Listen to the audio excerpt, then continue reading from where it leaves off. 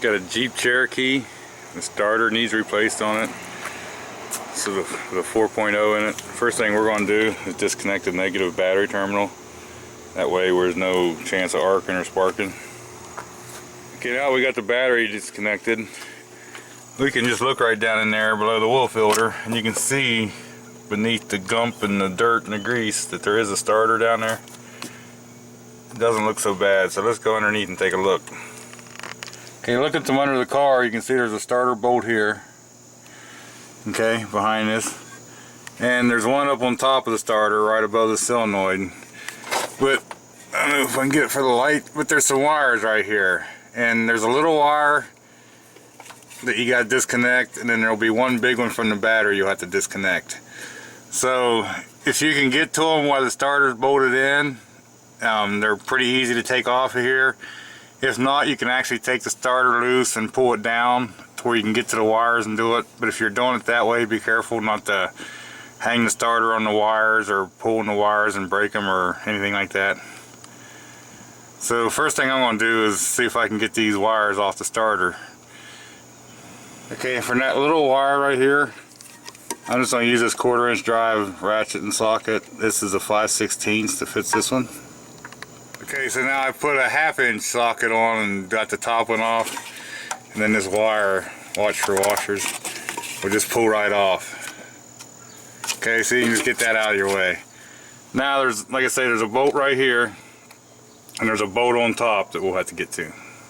Okay, now if you look right up around the bell housing right here, this first bolt you come to, which is a 15, it comes from the back of the car into the starter.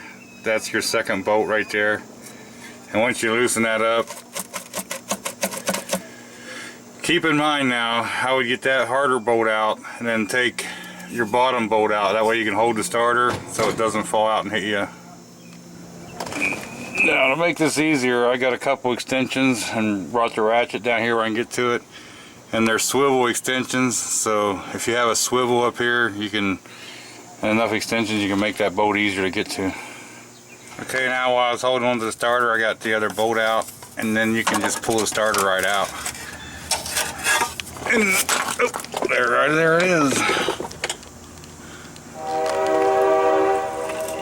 Okay, get that starter up in there and get it flush, and then you can get the bottom bolt started in first, is what I would do, and then you can wiggle it around and get the top one started. Now what I've done is I got that bottom bolt in by hand, and I kept wiggling the starter to where it holds the starter up against there just by hand. That way when I go to put this top bolt in, I know it'll be square. So I'll get the next top bolt in before I tighten anything with a wrench. Okay, now I got that top one in and I snugged them both up. So when you tighten one of these up, you don't want to tighten one bolt completely up before you get the other one at least snug. So I got them both snug and tightened them up. Now we can get our wires over here and get them back on these terminals and get our nuts on there.